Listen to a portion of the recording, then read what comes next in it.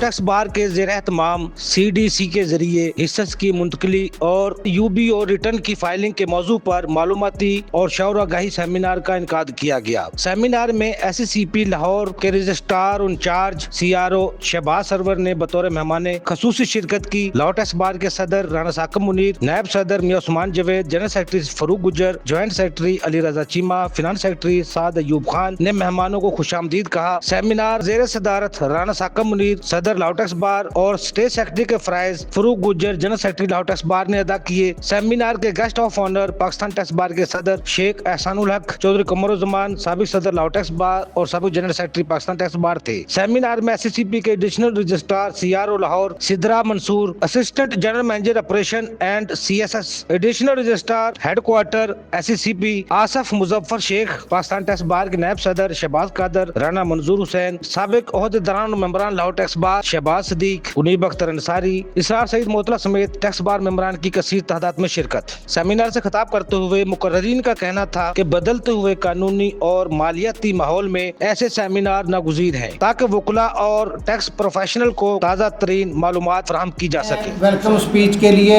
Lahore tax bar के president Rana Saqib Munir साहब को दावत दूंगा कि वो आएँ और अपने ख्यालात का इजहार करें। जनाब एहसन साहब, मेरे बुज़ुर्ग, सबसे पहले आपका शुक्रिया सर, आपका कीमती टाइम आप यहाँ पे तशरीफ़ लाए हैं to represent Pakistan tax bar association. It's really very honour for us. दूसरी चीज़, मैं तमाम डेलीगेशन का और रिप्रेजेंटेटिव्स का from SCCP CDC department thankful हूँ कि हमारी एक सिंगल कॉल पे आपने लबैक का और अपना कीमती टाइम निकाला। और मेरे ख्याल से ये बार की हिस्ट्री में पहली दफ़ा एक ऐसा सेमिनार है जिसमें कॉर्पोरेट सेक्टर के 3 डिपार्टमेंट्स जो आजकल मोस्ट इम्पॉर्टेंट डिपार्टमेंट्स हैं, जो हर उस मेंबर के लिए जो कॉर्पोरेट की प्रैक्टिस कर रहा है, अगर वो इन 3 डिपार्टमेंट्स को नहीं जानता तो मेरे ख्याल से वो प्रैक्टिस नहीं कर सकता। इन 3 डिपार्टमेंट से मेरी मुराद SCCP जो मदर डिपार्टमेंट है, उसके बाद CDC डिपार्टमेंट और तीसरी ये बार लाहौर टैक्स बार एसोसिएशन, जिसके तवज्जुह से आज हमने ये एक शानदार सेमिनार अरेंज किया है। और इसकी गवाही ये है कि माशाल्लाह आपकी मोहब्बतों की वजह से सारी सीटें फील्ड हैं और कुछ मेरे दोस्त जो उनसे हैं खूबसूरत से, वो पीछे भी खड़े हैं just to hear some words from you. देखिए, हमारा सर और मैडम, हमारा मेन ऑब्जेक्ट था कि हमारे मेंबरान जो उनसे हैं वो काफ़ी प्रॉब्लम फेस कर रहे हैं, specially regarding transfer of shares, और उसका प्रोसीजर सारा चेंज हुआ। मुझे ये प्रोसेस उसी दौर में लेके जा रहा है। मेरे भाई बैठे हैं शहबाज सरवर साहब, अभी बात हो रही थी उससे कि हम फिर उसी दौर में जा रहे हैं जब एक मैनुअल कंपनीज बनती थी, फॉर्म मैनुअल भरे जाते थे, उसका प्रोसेस फिर फाइलिंग पे गया। शहबाज सरवर साहब उस वक्त भी उन्होंने हमारे साथ बहुत मोहब्बत की, हमें एजुकेट किया और he was very kind to us कि उन्होंने हमारे साथ एग्री किया था कि हम अपने बार मेंबर्स को एजुकेट करने के लिए SCCP एक 25 पर्सनस का ग्रुप बना के भेजें। इस तरह ही 25-25 बंदे करके जाएं, वहाँ पे जाके तालीम हासिल करें, इनसे प्रोसीजर सीखें और इस मैटर्स को हल कैसे करना है वो सारी चीज़ें की। और उसकी वजह से हमारे लिए बार मेंबर्स और प्रैक्टिशनर्स के लिए और SCCP के लिए, दोनों के लिए एक विन विन पोजीशन थी। हमें काम करना आया, SCCP को काम सिखाना आया और इनकी मुश्किलात का हल इस तरह निकला कि हर बंदा इंडिविजुअली इनके पास जाने की बजाय 25 बंदे चले जाते थे। वो एजुकेट होके जब वापस आते थे तो वो 50 बंदों को काम सिखाते थे और उनकी प्रॉब्लम्स को सॉल्व करते थे। और इस तरह हमने टाइम बाय टाइम उस कन्वर्जन को किया। अभी भी हम यही एक्सपेक्ट कर रहे हैं। SCCP के साथ तो शहबाज सरवर साहब का बहुत हमारा पुराना ताल्लुक़ है और एक कह सकते हैं कि बड़े भाइयों की तरह हैं।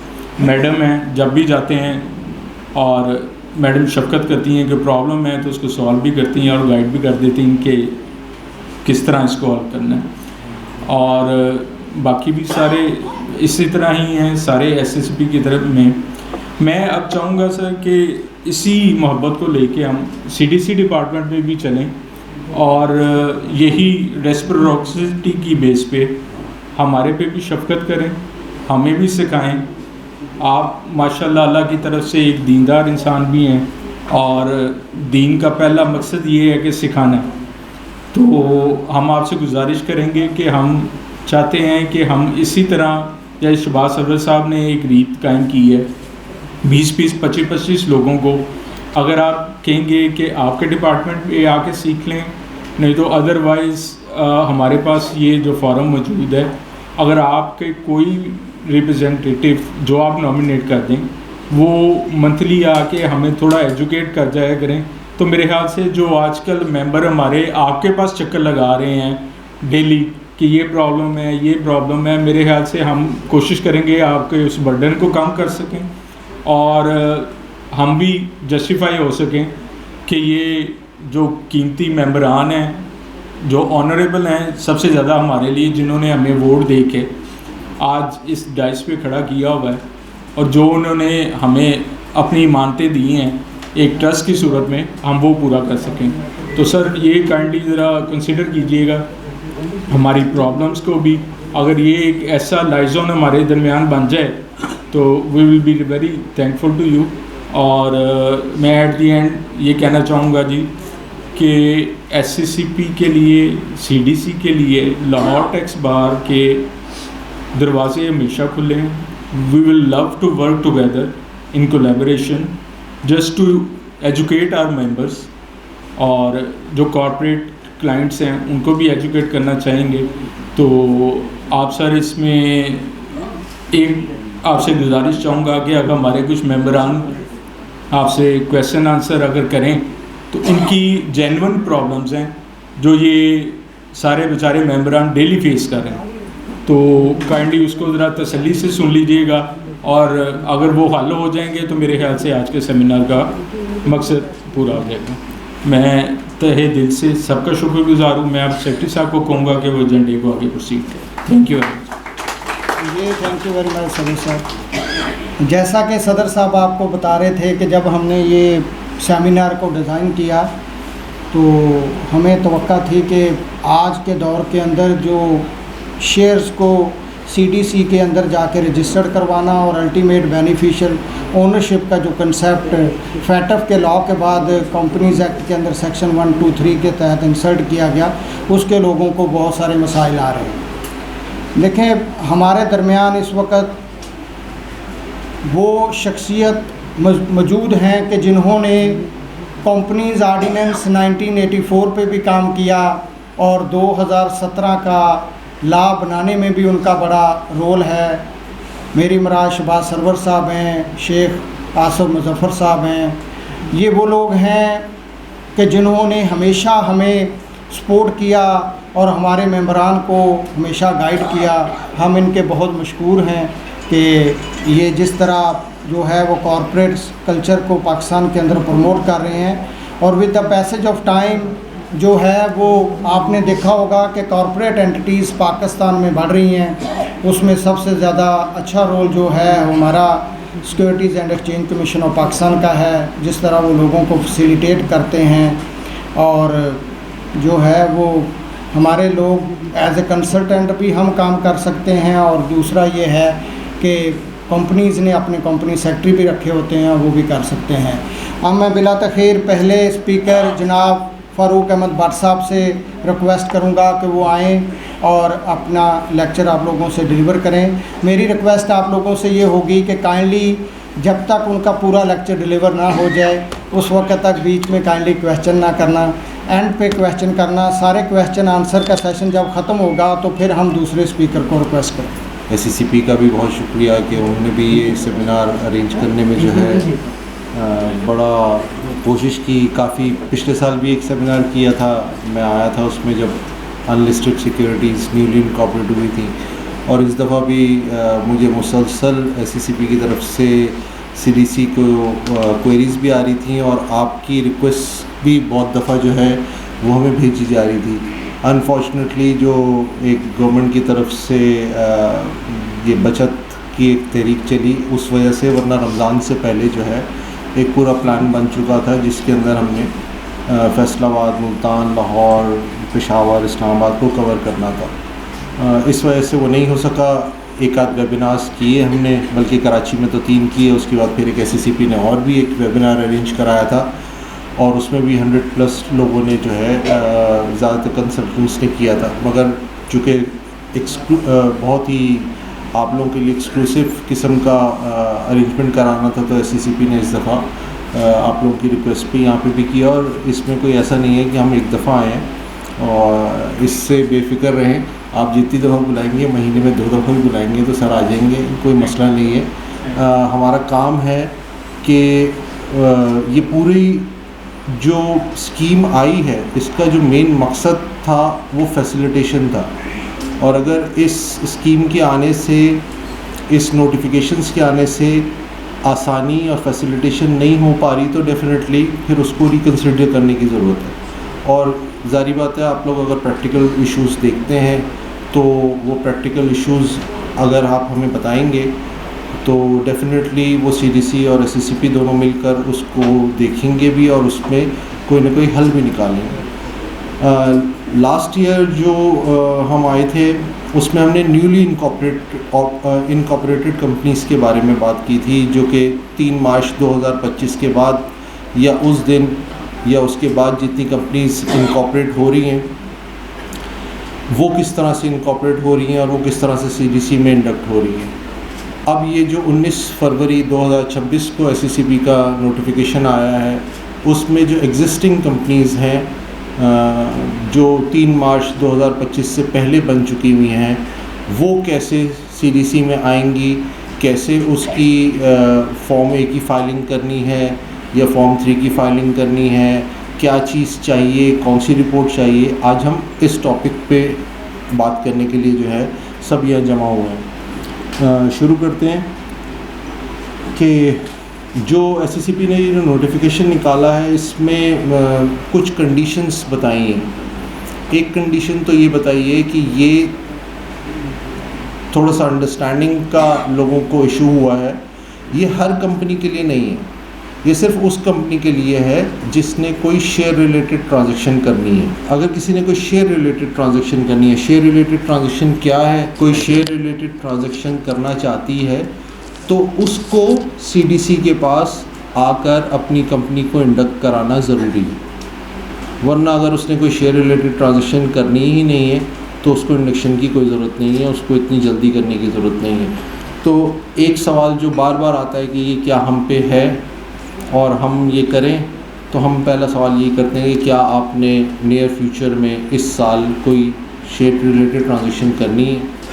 अगर करनी है तो बिल्कुल हमारे पास आ जाइए, क्योंकि शेयर रिलेटेड ट्रांजैक्शन करने से पहले इस नोटिफिकेशन में है कि कोई भी शेयर रिलेटेड ट्रांजैक्शन 19 मार्च को ये नोटिफिकेशन आया था और SCCP ने इस नोटिफिकेशन में 1 महीने का टाइम दिया था कि 1 महीने तक अगर कोई काम करना चाहता है तो कर ले, मगर 20 मार्च के बाद फिर कोई भी शेयर रिलेटेड ट्रांजैक्शन नहीं कर। अब 20 मार्च गुजर चुकी है, अब कोई कंपनी अगर शेयर रिलेटेड ट्रांजैक्शन करना चाहती है तो उसके लिए ज़रूरी है कि वो अपनी कंपनी को CDC के पास इंडक्ट कराएगा। फिर ये कि सब्सिक्वेंटली जितनी भी स्टैट्यूटरी फाइलिंग होगी, फॉर्म A है, फॉर्म 3 है, फॉर्म 9 है, जो भी चीज़ें हैं उन सब के साथ CDC की रिपोर्ट्स लगाना ज़रूरी है। कंपनी आ गई CDC के अंदर, अब CDC की रिपोर्ट्स लगाना ज़रूरी है, SCCP वो एक्सेप्ट करेगा। प्लस जितने शेयर्स जो फिज़िकल में हैं वो जब सिस्टम में आ जाएंगे, इलेक्ट्रॉनिक फॉर्म में हो जाएंगे, तो उसकी रिटेंशन की बात भी की है SCCP ने इस नोटिफिकेशन में कि कंपनीज जो है वो उसको 10 साल तक अपने पास उन फिज़िकल शेयर्स को रिटेन करेंगी। उसके बाद SCCP ने इसी नोटिफिकेशन के अंदर रिलैक्सेशन भी दी है। अगर किसी कंपनीज का वाकई कोई जेन्युइन इश्यूज़ है और बहुत ज़्यादा शेयर होल्डर्स हैं और उनको कोई बहुत इम्पेडिमेंट्स फेस करनी पड़ रही हैं जिसकी वजह से तमाम शेयर होल्डिंग्स बुक एंट्री में कन्वर्ट नहीं हो सकती, तो वो अपना केस पुट कर सकती है SCCP कमिश्नर के पास वहाँ पे उसको एवेल्यूएट किया जाएगा और वहाँ पे फिर केस टू केस बेसिस के ऊपर एससीसीपी उसको रिलैक्सेशन भी दे सकती है। तो ये सारी बातें उस नोटिफिकेशन में लिखी हुई हैं। ये एप्लीकेबिलिटी किस पर है? ये प्राइवेट कंपनीज़ पर है, सिंगल मेंबर्स कंपनीज़ पर है, पब्लिक अनलिस्टेड पर है और कंपनीज़ जो अंडर सेक्शन 42 और 45 आती हैं। जैसा कि मैंने एक्सप्लेन किया कि कोई भी शेयर्स जो है ट्रांजैक्शन करने से पहले उसका बुक एंट्री में होना यानी इलेक्ट्रॉनिक फॉर्म में होना ज़रूरी है। शेयर रिलेटेड ट्रांजैक्शन क्या चीज़ है? कोई भी कंपनी है वो कोई शेयर रिलेटेड ट्रांजैक्शन करना चाहती है, ट्रांसफ़र ऑफ शेयर्स इसमें आ जाता है, बोनस देना चाहती है, राइट देना चाहती है, अदर देन राइट देना चाहती है, बायबैक ऑफ शेयर्स करना चाहती है।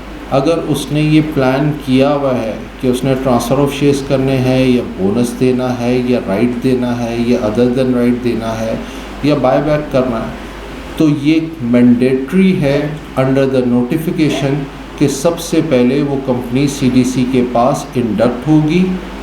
जितने शेयर होल्डर्स हैं सब के सब अपने शेयर्स फिज़िकल से बुक एंट्री में कन्वर्ट कराएंगे। जब वो 100% बुक एंट्री में आ जाएंगे, अब public listed company public unlisted company freely move हो सकती है। प्राइवेट के लिए as per the companies act उसको बोर्ड रेजोल्यूशन की ज़रूरत है, तो वो तो कंपनीज एक्ट की रिक्वायरमेंट है। मगर प्राइवेट भी फ्रीली मूव हो सकती है, पब्लिक भी फ्रीली मूव हो सकती है, वो बोनस भी दे सकता है, वो राइट भी कर सकता है, वो बायबैक, जितने काम हैं 100% जब paid up capital book entry में आ गया तो आगे के तमाम काम जो है वो सारे प्रेस ऑफ अ बटन पे हो रहे होंगे। उसमें कुछ और करने की ज़रूरत नहीं है। डिफ़ाइन करें, सिस्टम में क्रेडिट हो जाएगा। जिस दिन आप बताएंगे उसके अगले दिन क्रेडिट हो जाएगा। तो शेयर रिलेटेड ट्रांजैक्शन की डेफिनेशन ये है और ये डेफिनेशन भी नोटिफिकेशन में लिखी हुई है। नोटिफिकेशन में एक्सप्लेन किया है कि शेयर रिलेटेड ट्रांजैक्शन कौन कौन सी आती हैं। ये चीज़ वहीं से एक्सट्रैक्ट की है हमने। कंप्लाइंस का यहाँ पे रिमाइंडर बताते जाएं कि तमाम शेयर्स को बुक एंट्री में होना ज़रूरी है। और एक बात जो अभी जब नासिर साहब के साथ बैठे हुए थे तो वहाँ पे भी एक बात आ रही थी, तो उसको मैंने कहा था शहबाज साहब को कि इसको अच्छी तरह क्लियर कर देंगे।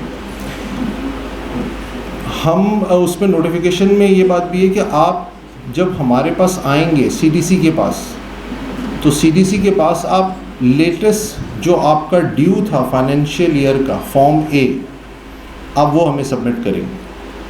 ठीक है। लेटेस्ट से मुराद ये नहीं है कि एक कंपनी या कोई 2026 में खड़े हुए हैं और वो कहे मेरे पास तो लेटेस्ट यही है 2022 का, तो ये लेटेस्ट से मुराद नहीं है। क्वेरीज़ हमारे पास ये बहुत ज़्यादा आ रही हैं कि सर लेटेस्ट तो मेरे पास यही है 2022 का। लेटेस्ट का मतलब ये नहीं है, अगर उसका ड्यू इस साल का पिछले साल का था, जून उसका ईयर एंड था और उसको अक्टूबर में फ़ाइल करना था, तो हम आपसे कहेंगे कि 2025 अक्टूबर वाला जो आपने फ़ाइल किया है वो सर्टिफाइड ट्रू कॉपी फॉर्म ए की हमें दें। ठीक है। अब यही क्वेरी एससीसीपी के पास भी जा रही है कि सर हमारे पास तो जो है वो 2022 का है, तो अब क्या करें? तो एससीसीपी के पास पहले आपको अपनी जितनी फाइलिंग है वो सीधी करनी होगी और एससीसीपी उसको एक्सेप्ट करेगा। जब एससीसीपी आपसे फॉर्म ए या आपने सब्सिक्वेंटली अलॉटमेंट ऑफ शेयर्स की है फॉर्म 3 20 मार्च से पहले अगर आप अलॉटमेंट कर चुके हैं और शेयर्स आप मज़ीद दे चुके हुए हैं तो उसका फॉर्म 3 वो भी आपसे एक्सेप्ट करेगा।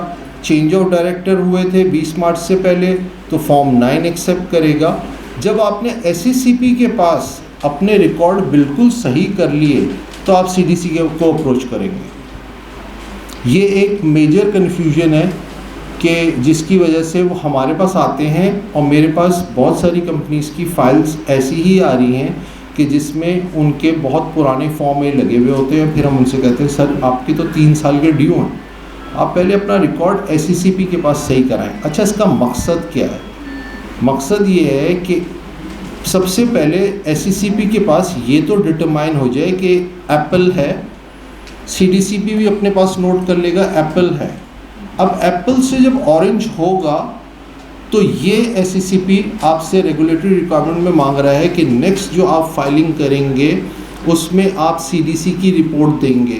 तो बिल्कुल जब एप्पल से ऑरेंज होगा तो CDC आपको रिपोर्ट प्रोवाइड करेगा और अपनी स्टैट्यूटरी फाइलिंग के अंदर आप उसको साथ लगाकर SECP के पास सबमिट करेंगे। इससे बेनिफिट क्या होगा, CDC और SECP के पास रिकॉर्ड हमेशा रिकंसाइल रहेंगे। ऐसा नहीं हो सकता कि आप कोई ट्रांसफ़र करके ले आए हैं और CDC उसको एक्सेप्ट कर ले। CDC के पास आपका जो last due form A, form 9, form 3 जो भी है वो आप दे दीजिए, कोई मसला नहीं है, कंपनी आपकी फॉरेन इनकॉर्पोरेट हो जाएगी। सिर्फ़ और सिर्फ अभी जो एक ही हर्डल आ रही है लोगों को कि सर ये तो हमने फाइल ही नहीं किया हुआ। दूसरी हर्डल वो भी मैं साथ साथ यहीं पे ये थोड़ा सा हट के भी मैं चलता रहूँगा, जो इश्यूज़ आ रहे हैं उनको एड्रेस कर लें। एक सवाल ये आता है, हमने अलॉटमेंट कर दी हुई है, शेयर्स नहीं है हमारे पास, हमने तो शेयर इशू ही नहीं किए हुए थे। तो सर ये बात आप लोगों से बेहतर कौन जानता है कि तो कंपनीज एक्ट की रिक्वायरमेंट है, शेयर तो इशू करने हैं। अब वो चाहे उसको पेटी वाला से लेकर एक ही शेयर पे अपनी स्टैम्प लगा के छाप ले, छपे छपाए शेयर खाली मिल जाते हैं, शेयर तो इशू करने पड़ेंगे। ऐसा नहीं हो सकता कि किसी शख्स के नाम पे अलॉटमेंट हुई हुई है और वो खाली हाथ हमारे पास आए और कहे कि 20,000 शेयर सिस्टम में डाल दो। क्या मेरे पास कोई चीज़ नहीं है, हमारे पास शेयर लेकर आओ, कंपनी इशू करेगी उसको शेयर, और ये कंपनीज एक्ट की रिक्वायरमेंट है, वो शेयर्स देगी। तो ये साथ में 2 इश्यूज़ मैंने एड्रेस यहाँ पे आपको कर दिए। तीसरी मैंने जो बात बताई स्टैट्यूटरी फाइलिंग, ये सब्सिक्वेंट है। एक दफ़ा आपकी कंपनी हमारे पास आ गई, सब लोगों ने अपने शेयर्स बुक एंट्री में कन्वर्ट करा लिए, अब जितने ट्रांसफ़र्स हो रहे हैं वो ट्रांसफ़र की आप लिस्ट हमसे लें, हम आपको देंगे।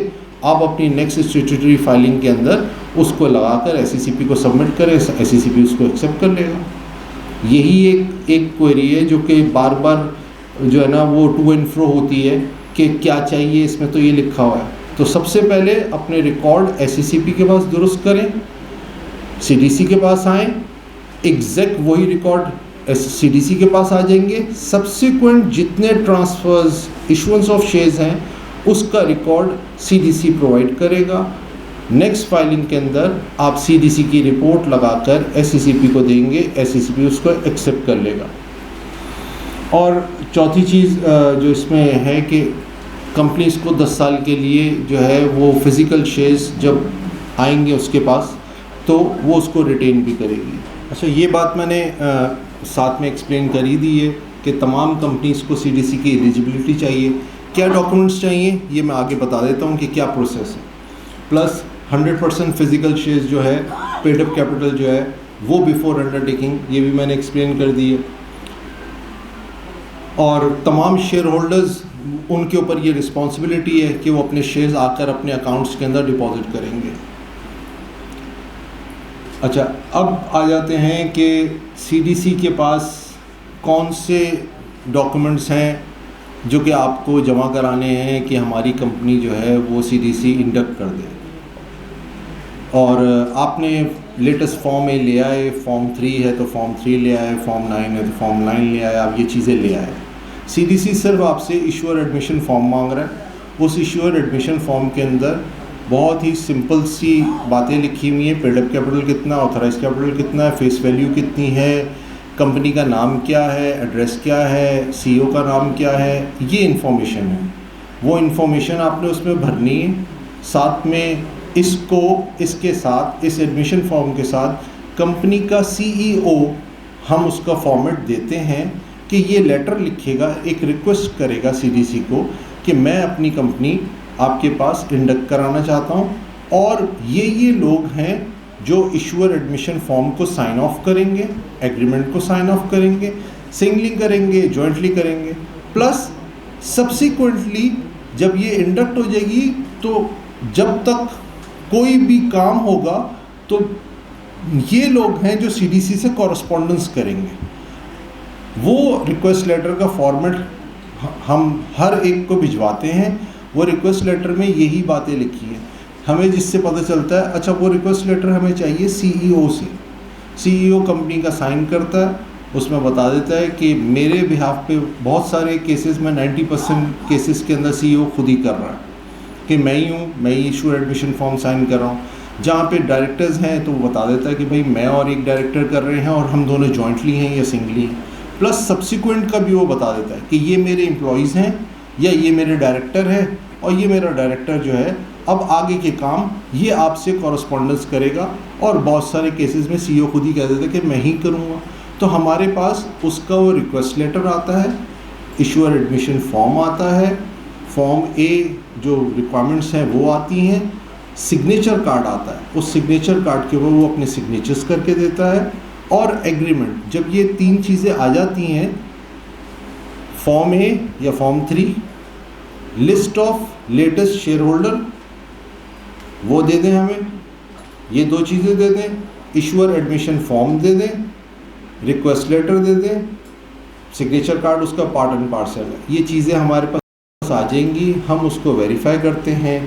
SECP की एक रिक्वायरमेंट है कि बहुत सारे लिटिगेशन केसेस हैं, बहुत सारे केसेस इनके पास आए हुए होते हैं, हम इनसे वेरीफाई कराते हैं।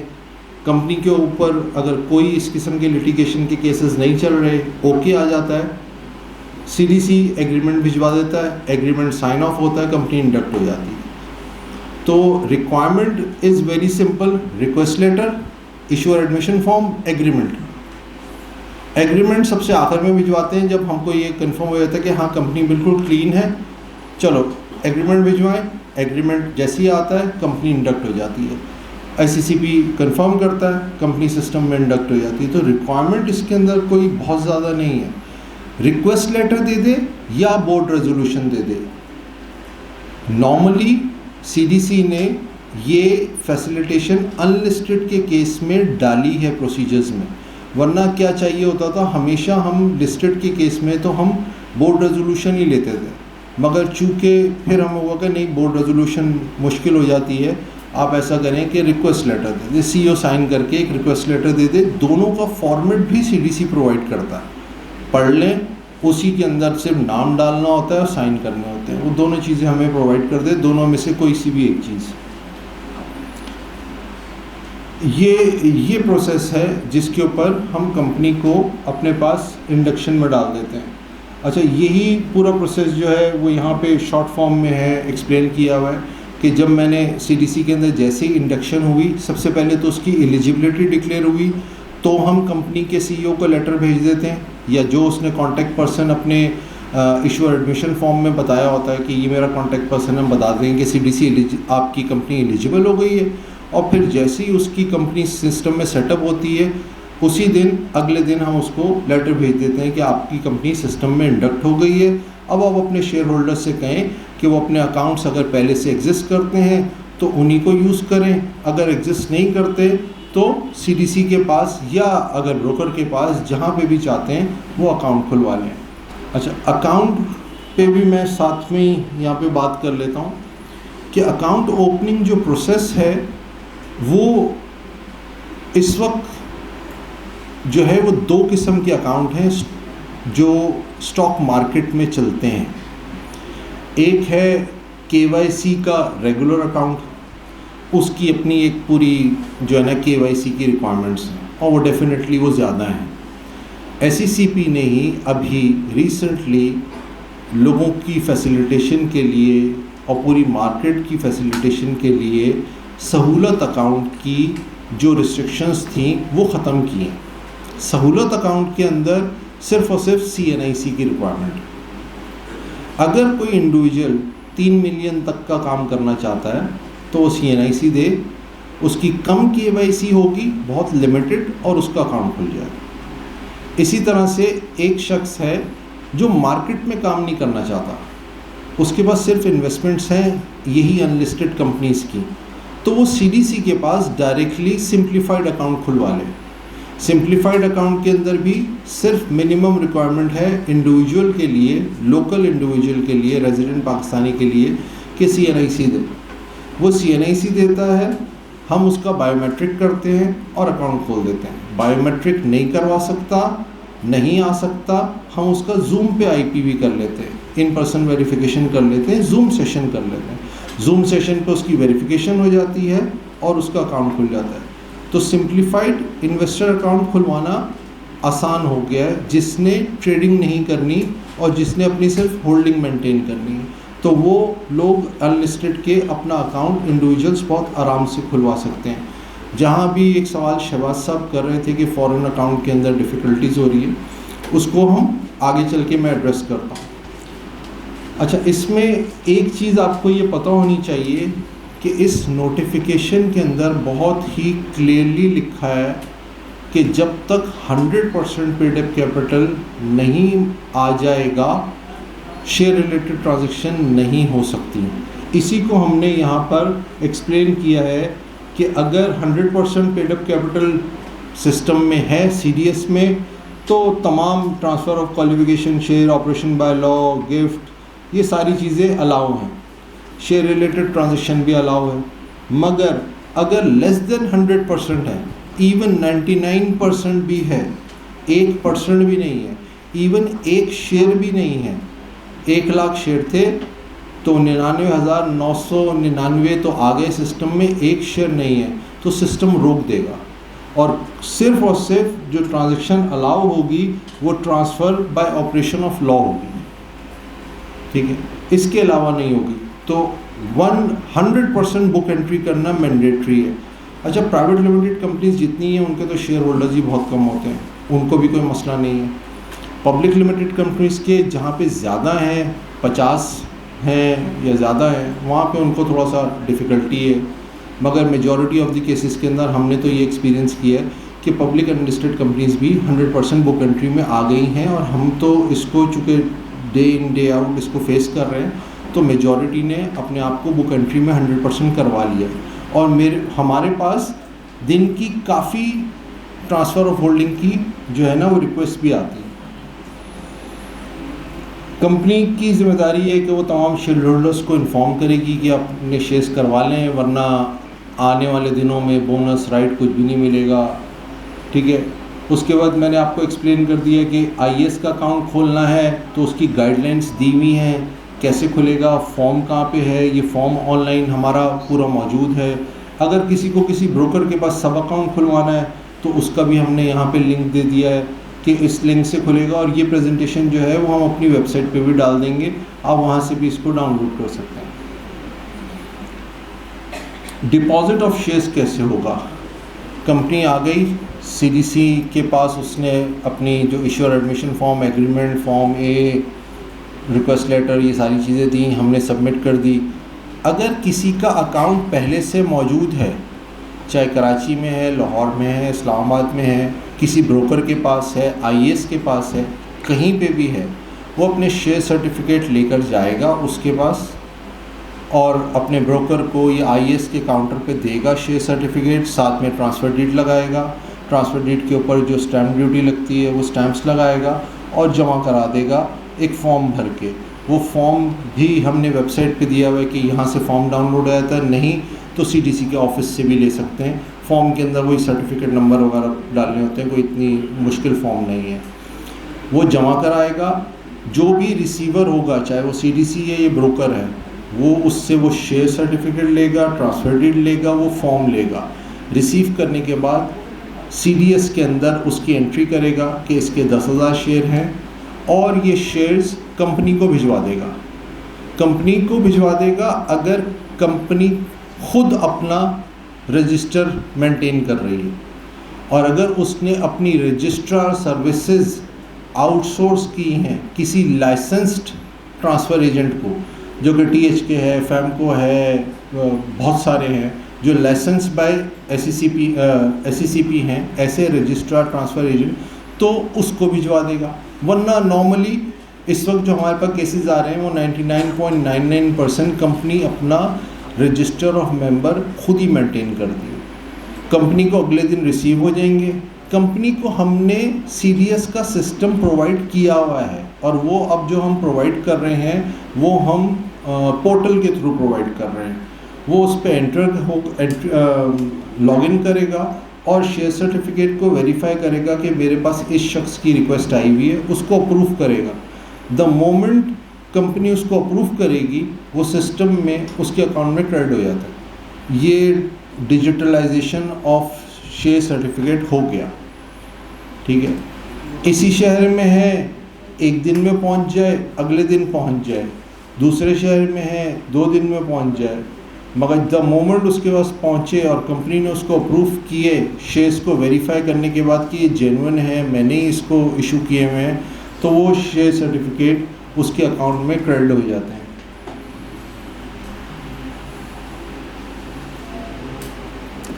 अच्छा, कॉर्पोरेट एक्शंस के लिए भी ये शेयर रिलेटेड ट्रांजैक्शंस हैं कि 100% बुक एंट्री होगी तो हम कॉर्पोरेट एक्शंस करेंगे।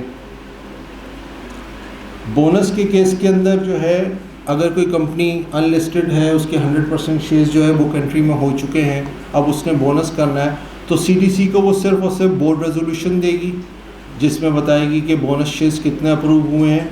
कॉर्पोरेट एक्शन का एक नोटिस देगी जिसमें बता देगी कि कट ऑफ डेट क्या है, जिसके ऊपर डिटरमाइन किया जाए कि किन किन शेयर होल्डर्स को बोनस मिलेगा, 10%, 20% या जितने भी परसेंट बोर्ड ने अप्रूव किए। और उसके बाद एक कंफर्मेशन लेटर देगी, भाई ये 3 रिक्वायरमेंट है, सीडीसी उसका बोनस क्रेडिट कर देगा। राइट के केस के अंदर जो है ऑडिटर सर्टिफिकेट की रिक्वायरमेंट आ जाती है कि अगर राइट इशू कर रहा है तो ऑडिटर सर्टिफिकेट की रिक्वायरमेंट आ जाती है, अदर देन राइट इशू कर रहा है तब भी ऑडिटर सर्टिफिकेट की रिक्वायरमेंट आ जाती है।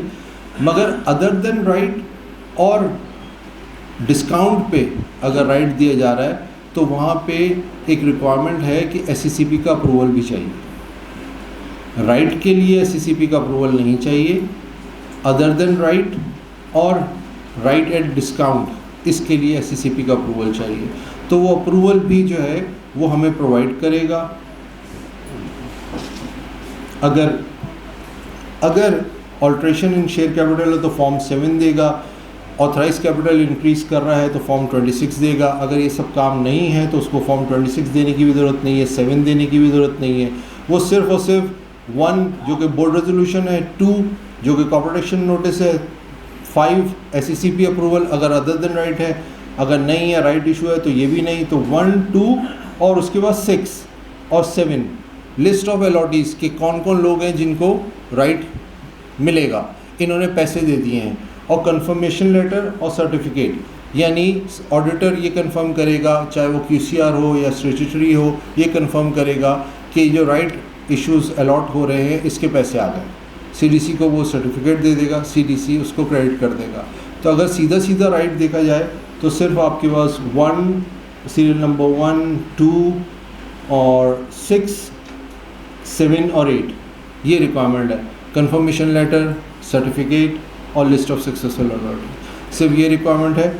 और अगर उसके अलावा उसने ऑथराइज कैपिटल उसका ब्रीच कर रहा है तो फिर उसके रेलिवेंट फॉर्म्स। ये भी कंपनीज एक्ट की रिक्वायरमेंट है जो कि डेफिनेटली आप लोगों को सबको मुझसे ज़्यादा पता है, मैं तो स्टूडेंट हूँ, कि अगर 1 मिलियन से एक्सीड नहीं कर रहा उसका पेडअप कैपिटल तो फिर वो किसी प्रैक्टिसिंग चार्टर्ड अकाउंटेंट से या कॉस्ट एंड मैनेजमेंट अकाउंटेंट से भी अगर वो सर्टिफिकेट देगा तो वो भी एक्सेप्टेबल है। ठीक, कंपनी के 5 शेयर होल्डर थे, 5 के शेयर सिस्टम में आ चुके हैं। पब्लिक अनलिस्टेड कंपनी है, ट्रांसफ़र कराना चाहती है, ब्रोकर के पास अकाउंट है किसी एक, मेरा अकाउंट है फ़ारूक का और मैं शहबाज को ट्रांसफ़र करना चाहता हूँ।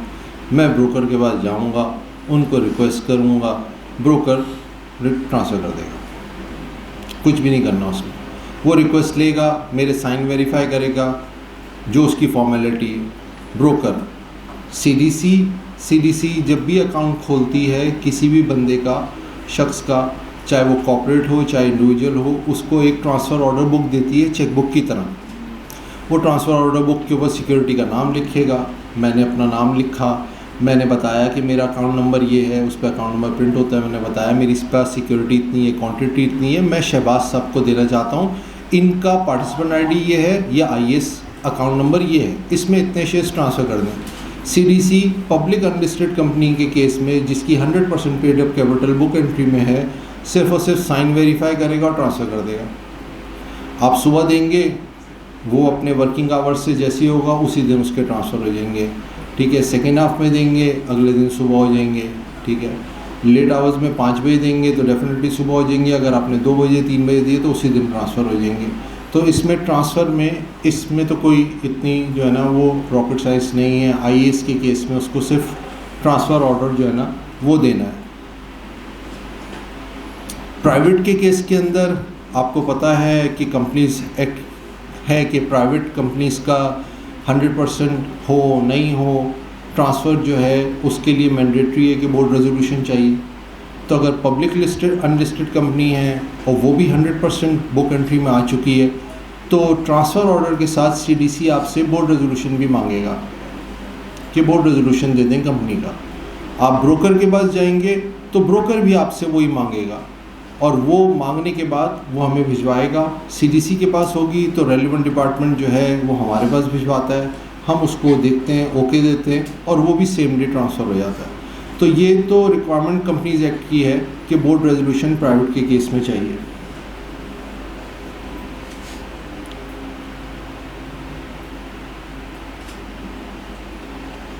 ये पब्लिक का मैंने पहले बता दिया था शायद। अच्छा, ये जो है ट्रांसफ़र ऑफ प्राइवेट का भी मैंने एक्सप्लेन कर दिया और मैंने साथ में वो भी आपको एक्सप्लेन कर दिया कि सब अकाउंट से भी कैसा होगा। तो ये IAS का है और ये सब अकाउंट क्या है कि सिर्फ एक रिक्वेस्ट लेटर चाहिए पब्लिक के लिए। अच्छा, अब इसके साथ साथ अब CDC कंपनीज़ को क्या दे रहा है।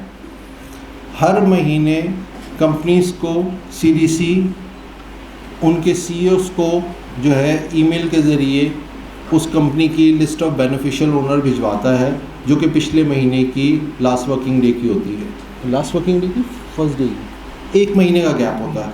ठीक है, अगर मैं आज भिजवा रहा हूँ 1 मई को तो वो होगी 31 मार्च की, 1 महीने का गैप होता है। तो हर महीने 1 महीने पुरानी लोगो लिस्ट ऑफ बेनिफिशियल ओनर जिसमें तमाम शेयर होल्डिंग आ रही होगी, नाम आ रहे होंगे, एड्रेस आ रहे होंगे, उनका CNIC, तमाम जो मेंबर रजिस्टर की डिटेल्स है वो तो हम बाय डिफ़ॉल्ट उनको भिजवा रहे हैं। ये मंथली बेसिस पे हम उनको भिजवाए जा रहे हैं। अगर कोई कॉर्पोरेट एक्शन करना है, किसी कंपनी ने बोनस देना है तो हमें नोटिस दे दे, हम उसको उसकी जो लेटेस्ट होगी वो भी हम उसको प्रोवाइड कर देंगे। इसी तरह से जितनी आपकी रेगुलेटरी ऑब्लिगेशंस हैं, आपने फॉर्म A फाइल करना है, आप हमें रिक्वेस्ट करेंगे, CDC जो है उसको वेरीफाई करके 2 दिन के अंदर आपको वो रिपोर्ट भी प्रोवाइड कर ले देगी। तो यानी सब्सिक्वेंटली आपने जो फॉर्म्स फाइल करने हैं SCCP के साथ, जिसकी SCCP बार बार कहता है कि CDC की रिपोर्ट लाएं, तो CDC आपको जब हमसे रिक्वेस्ट करेंगे कि मुझे अपनी स्टैट्यूटरी फाइलिंग के लिए रिपोर्ट चाहिए तो CDC आपको वो रिपोर्ट जो है 2 दिन के अंदर विदिन 2 वर्किंग डेज आपको वो रिपोर्ट प्रोवाइड कर देगी। फॉर्म 3 जमा कराते हुए जो नोटिफिकेशन है उसमें आपको अगर in case of allotment of share है तो statement of allotment of shares, जो कि मैं कह रहा हूँ कि आप जब हमसे रिक्वेस्ट करेंगे तो CDC आपको प्रोवाइड कर देगी। In case of transfer of shares ये भी हम आपको प्रोवाइड करेंगे। अगर आपने एनुअल रिटर्न जमा कराना है तो complete list of share holding CDC को आप रिक्वेस्ट करेंगे, CDC आपको प्रोवाइड करेगी। और complete list of transfer of shares तो ये भी CDC आपको प्रोवाइड करेगी कि बीच में कितने ट्रांसफ़र्स हुए हैं। उसके साथ फॉर्म 27 बायबैक के केस में तो ये भी CDC आपको जो है ना रिपोर्ट प्रोवाइड करेगी। तो जितने केसेस हैं ये तीनों केसेस के अंदर जो है जब आपको रिपोर्ट चाहिए होगी स्टैट्यूटरी फाइलिंग के लिए तो CDC आपको वो रिपोर्ट प्रोवाइड करेगी। अच्छा, इसका टैरिफ कितना है? जितनी कंपनीज जो एग्जिस्टिंग आई हैं उस पर इस वक्त CDC क्या टैरिफ चार्ज कर रहा है? ये इम्पॉर्टेंट चीज़ है। आपसे आपका क्लाइंट पूछ सकता है कि भाई ये तो एक SCCP ने डाल दिया, ज़बरदस्ती का हो गया तो बहुत पैसे लग जाएंगे। ऐसी बात नहीं है। अगर किसी कंपनी का पेड अप कैपिटल 25 मिलियन से कम है तो उसका 1 रुपया भी खर्च नहीं होता। पहले साल एनुअल फ़ी भी नहीं लेता CDC, पहले साल सिक्योरिटी डिपॉजिट भी नहीं लेता। तो 1 रुपया भी CDC इस तमाम काम के आपसे नहीं ले रहा अगर 25 मिलियन से कम पेड अप कैपिटल है। एक चीज़ शेयर होल्डर्स श्योर करेंगे कि भाई हम तो शेयर्स लेके बैठे हुए थे, CDC के पास गए डिपॉजिट कराने के लिए तो हमारे तो बड़े पैसे लग गए। तो CDC 27 28 फरवरी 2027 तक 1 रुपया भी नहीं लेगा। अपनी सारी फीस जो है उसने ज़ीरो की हुई है। आप आएँ, 10 मिलियन शेयर्स ले आएँ, अनलिस्टेड कंपनीज़ के डिपॉजिट करें, CDC will not charge you a single penny, ठीक है। मगर ये 1 साल के लिए है, क्योंकि 28 फरवरी 2027 तक आप शेयर्स यहाँ पे डिपॉजिट करें, CDC कोई चार्ज नहीं लेगा। सिर्फ एक ही चीज़ आपसे पूछेगा, जो वेरीफाई करेगा आपने ट्रांसफ़र डीड के ऊपर स्टैंप्स लगाई हुई हैं जो कि गवर्नमेंट को जाती हैं। हर प्रोविंस की अलग है, सबसे कम सिंध की है, फिर पंजाब की है, लाहौर की है, और फिर प्रोविंशियल की है, सब जगहों की अलग है, तो वो उसके हिसाब से आपको लगानी होगी। अच्छा, उसमें भी जो समझने की बात है या कैच है वो ये है कि आप जिस शहर में डिपॉजिट करते हैं, मेरा अकाउंट कराची में है, मैं कराची में शेयर्स डिपॉजिट करता हूँ तो मुझ पे सिंध की लगेगी। मेरा अकाउंट इस्लामाबाद में है, मैं इस्लामाबाद में वही शेयर्स डिपॉजिट करता हूँ तो मुझ पे फेडरल वाली लगेगी, ठीक है। तो अब ये डिपेंड करता है कि आप सारे क्लाइंटों को अकाउंट इस वक्त, अगर वो लोग पैसे बचाना चाहते हैं तो ठीक है, CDC IAS में खुलवा लें कराची में, तो वहाँ तो 0.15% है इस वक्त सिंध में। बाकी फिर शायद यहाँ पे 0.25% है, इस्लामाबाद में 0.5% है, इस्लामाबाद में फेडरल में ज़्यादा है, या शायद इस्लामाबाद में भी इतनी होगी, मगर सबसे कम इस वक्त 0.15% जो है वो सिंध में है। तो ये डिपेंड करता है कि कहाँ पे शेयर होल्डर अपने शेयर्स डिपॉजिट करेगा, तो उस हिसाब से रेवेन्यू स्टैम्प्स उस पर लगाएगा। अच्छा, ये तो डिपॉजिट की हो गई। 25 मिलियन से बड़ी कंपनीज जो हैं उस पर एनुअल फ़ी लेगा CDC, और वो एनुअल फ़ी, ये जितना टैरिफ है ये देख लें आप कि 5 मिलियन तक 1000 रुपये है साल का, फिर 25 मिलियन तक 2.5 है, फिर 5000, 7.5, और मैक्सिमम 1,25,000 है, और वो 5 अरब से बड़ी कंपनी का है। तो 5 अरब से बड़ी कंपनी का यूँ समझ लें कि 1.25 लाख रुपये लिए, मगर सिक्योरिटी डिपॉजिट तब भी नहीं लेगा। 1 साल तक CDC ने security deposit for any company with any paid up capital वो वेव किया हुआ। नेक्स्ट ईयर हम उससे सिक्योरिटी डिपॉजिट मांगेंगे, तो सिक्योरिटी डिपॉजिट तो ऑल टुगेदर वेव कर दिया है। डिपॉजिट के चार्जेस जितने हैं CDC के वो तमाम वेव कर दिए हैं। तो शेयर होल्डर्स पे इस वक्त कोई प्रेशर नहीं है, उनको कोई जो आके कि मैं तो घर पे रखे हुए थे, मुझे तो इतने पैसे CDC कोई चार्ज नहीं ले रहा। इसी तरह से कंपनीज़ के ऊपर भी है, और मेजॉरिटी कंपनीज़ जो आई हैं वो जो है, आप लोगों के इल्म में तो होगा, मेरे पास तो जो है वो 2 रुपये की कंपनी भी आई है। और अभी मैं कल ऑफिस में एक कंपनी को साइन ऑफ किया मैंने उसको कि यार इसको इनकॉर्पोरेट कर दें, वो 30 रुपये की थी, 3 शेयर थे उसके, 10-10 रुपये फेस वैल्यू थी। तो उससे ज़्यादा तो पेपर वर्क के अंदर 1600 रुपये CDC के लग गए थे, क्योंकि उसके एग्रीमेंट ही जो है 1200 रुपये के CDC ने बनाए थे, जो कि हमने जो है ना मार्केट से ब्लैक में लिए थे, वो एग्रीमेंट के पैसे भी नहीं लिए थे। तो मैं सर को ये कह रहा था, सर इस कंपनी पे तो 1500 रुपये हमने लगा दिए, 1 रुपया नहीं मिला, कंपनी 30 रुपये की है, मैं क्या करें, सही। और 2 रुपये की कंपनी भी आई है मेरे पास, बस 2 शेयर हैं, 1-1 रुपया फेस वैल्यू है। ऐसी कंपनीज आ रही हैं, ठीक है, बेशुमार आ रही हैं। और इवन ये न्यूली इनकॉर्पोरेटेड में भी हमारे पास ऐसी कंपनीज आ रही हैं जिसकी फेस वैल्यू 1 पैसा है, 1 पैसा फेस वैल्यू के साथ कंपनी बना दी है, और उसने 100 शेयर इशू किए।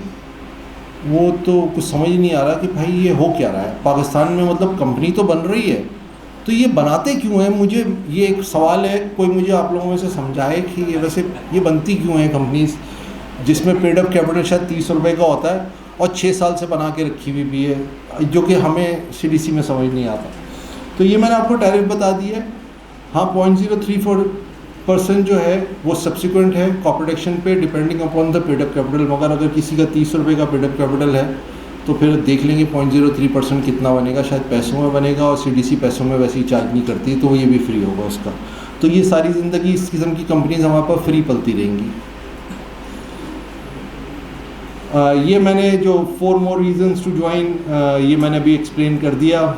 कि अच्छा, इसमें जो आखिरी पॉइंट लिखा हुआ है कि अगर स्प्लिट सब डिवीज़न या रेवोकेशन, कैंसिलेशन, स्पीशी डिविडेंड, इस पे तो टैरिफ है ही नहीं। हम जो कॉर्पोरेट एक्शन की बात कर रहे हैं कि कॉर्पोरेट एक्शन में किस पे टैरिफ है, तो वो सिर्फ हमने जो बताया कि बोनस, राइट, बायबैक, वो जो SECP, अच्छा ये सारी बात भी SECP के नोटिफिकेशन में लिखी हुई है, ठीक है, और हमारे प्रोसीजर्स में भी लिखी हुई है जो कि वेबसाइट पे अवेलेबल है। तो जो मैंने अभी एक्सप्लेन की है सिर्फ उन्हीं कॉर्पोरेट एक्शंस पर है, other than these corporate action in पे कोई टैरिफ नहीं है। कोई कंपनी स्प्लिट कर रही है, कंसोलिडेशन कर रही है, जो स्पीशी डिविडेंड दे रही है, तो उस पर कोई टैरिफ नहीं है। Thank you so much. आखिरी एक बात बीच में जो मैंने बीच में बोली थी कि, और मैंने कहा था कि शहबाज साहब का सवाल था, आखिर में मैं उसको एड्रेस कर लूँगा। वो आप लोग कहेंगे कि घुमा के चले गए। फॉरेनर अकाउंट, चाहे कंपनी का हो चाहे इंडिविजुअल का हो, देखिए फॉरेन, और ये मैं दोनों के पर्सपेक्टिव से बात कर रहा हूँ। जितनी न्यूली इनकॉर्पोरेटेड कंपनीज़ हैं जो 3 मार्च के बाद बनी, हमारा ये तय हुआ था SECP से कि हम हर तरह की फैसिलिटेशन करेंगे। SECP ने एक कंपनी बना दी, अपने पास इनकॉर्पोरेट कर दी, हम आंखें बंद करके कुछ चूं चरा किए बगैर, चाहे वो फॉरेनर हो चाहे लोकल हो, कोई भी हो, उसका अकाउंट खोल देते हैं और उसमें शेयर्स भी क्रेडिट कर देते हैं। फॉरेनर के नहीं करते जब तक इशूअर हमें लिख के ना दे कि इसकी पैसे आ गए। फॉरेनर के रोक के रखते हैं, लोकल के कर देते हैं, नोटिफिकेशन में भी यही है, मगर हम उसका अकाउंट खोल देते हैं। अब शेयर्स क्रेडिट हो गए, शेयर्स जब क्रेडिट हो गए, अब वो आता है ट्रांसफ़र के लिए। चूँकि SECP के पास से हमारे पास जो इन्फॉर्मेशन आई थी वो बहुत बेसिक इन्फॉर्मेशन होती है, हमें ये वेरीफाई करना कि ये वाकई वो शख्स है, तो हम उसकी वेरिफिकेशन के लिए उससे चीज़ें मांगते हैं कि आप बताएं तो सही कि हाँ आप ही हैं वो XYZ। क्योंकि अगर आपके अकाउंट से ये शेयर्स निकल गए तो कल को वो आदमी आके, फॉरेनर ख़ास तौर पे, क्योंकि उसकी शेयर होल्डिंग बहुत बड़ी होती है, वो आके खड़ा हो जाएगा। और चाहे वो फॉरेनर हो या लोकल हो, फॉरेनर के केस में तो स्टेट बैंक ने भी बहुत सारी जो है ना रिस्ट्रिक्शंस लगाई हुई हैं, बहुत सारी उनकी रिक्वायरमेंट्स है। CDC की रिक्वायरमेंट तो सिर्फ ये है कि आप नोटराइज करा लें या जो है ना एम्बेसी से पूछवा लें, ये करा के दे दें। इसके अलावा तो CDC कुछ भी नहीं मांग रहा, मगर ये चीज़ क्लाइंट को समझनी चाहिए कि उसकी सेफ्टी के लिए है। सबसे ज़्यादा टाइम जो इस वक्त लग रहा है वो तो उसका फॉरेन करेंसी अकाउंट खोलने में लग रहा है। CDC के पास तो इतना मसला नहीं हो रहा। एक दफ़ा उसका फॉरेन करेंसी का अकाउंट खोलने में तो हमारे पास कंसल्टेंट्स बता रहे हैं कि 3-3 महीने लग रहे हैं स्टेट बैंक के पास। वो है चैलेंज। मगर अगर उसका अकाउंट खुल जाता है और आप मुझे सिर्फ ये उसका नोटराइज करा के या अपोस्टाइल करा के उसका डॉक्यूमेंट दे देते हैं तो CDC will open that account, ठीक है। उसमें अच्छा वो खुला हुआ है, उसमें सिर्फ वो इन्फॉर्मेशन डाल के हम उसको रेगुलराइज करते हैं, और रेगुलराइज हो गया तो जो मैंने अभी ट्रांसफ़र का प्रोसेस बताया ना, अब उसको ट्रांसफ़र करना है तो उसको सिर्फ TO देना है, उसको कुछ भी नहीं देना फॉर द लाइफ, उसको कुछ भी नहीं देना। पब्लिक अनलिस्टेड कंपनी है, फॉर द लाइफ उसको सिर्फ और सिर्फ ट्रांसफ़र ऑर्डर देना है साइन करके कि ये मेरा ट्रांसफ़र ऑर्डर है, साइन कर रहा हूँ, इसको ट्रांसफ़र कर दो। पब्लिक अनलिस्टेड कंपनी है। प्राइवेट होगी तो TO के साथ मैं कहूँगा बोर्ड रेजोल्यूशन ले आओ।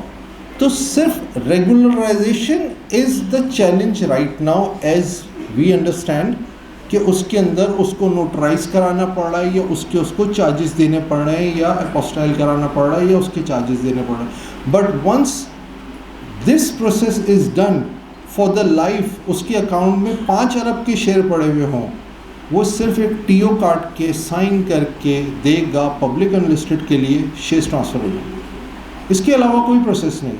तो जो अभी ये बात हो रही थी कि शायद हम उस पर जा रहे हैं, नहीं, हमने इसको आसान किया है। अच्छा ज़रूरी है, वरना आइडेंटिटी थेफ्ट होने शुरू हो जाएंगे। देखिए CDC में मुझे 30 साल हो गए, 96 से मैं यहाँ हूँ, और मैं बड़ी डंकी की चोट पे ये बात बोलता हूँ यार, अल्हम्दुलिल्लाह मैं जिस ऑर्गेनाइजेशन का पार्ट हूँ वहाँ 0.0000 समथिंग का भी जो है ना कभी कोई चीज़ आगे पीछे नहीं हुई। उसकी वजह यही है प्रोसेसेस इतने स्ट्रॉन्ग हैं, और कभी आज तक कोई क्लेम नहीं आया, नॉट अ सिंगल क्लेम कि मेरे अकाउंट से ये चीज़ गायब हो गई। और आपको पता है कि CDC के पास इस वक्त ट्रिलियंस 18 ट्रिलियन रुपीस की सिक्योरिटीज़, 18 ट्रिलियन रुपीस की सिक्योरिटीज़ CDC मेंटेन कर रहा है। कोई चीज़ इधर से उधर नहीं हो रही। ये आप लोगों की प्रोटेक्शन के लिए सिर्फ एक दफ़ा उसका अकाउंट रेगुलराइज करा लें। अच्छा, लोकल के लिए भी हम यही कर रहे हैं। उसका अकाउंट खुल जाता है, उससे कांटेक्ट किया जाता है, उससे बोला जाता है कि भाई लाहौर के ऑफिस आ जाओ, इस्लामाबाद के ऑफिस आ जाओ, कराची के ऑफिस आ जाओ, बायोमेट्रिक कर लो। कह रहे मैं बायोमेट्रिक नहीं करने आ रहा। ठीक है, जूम पे IPV कर लो भाई।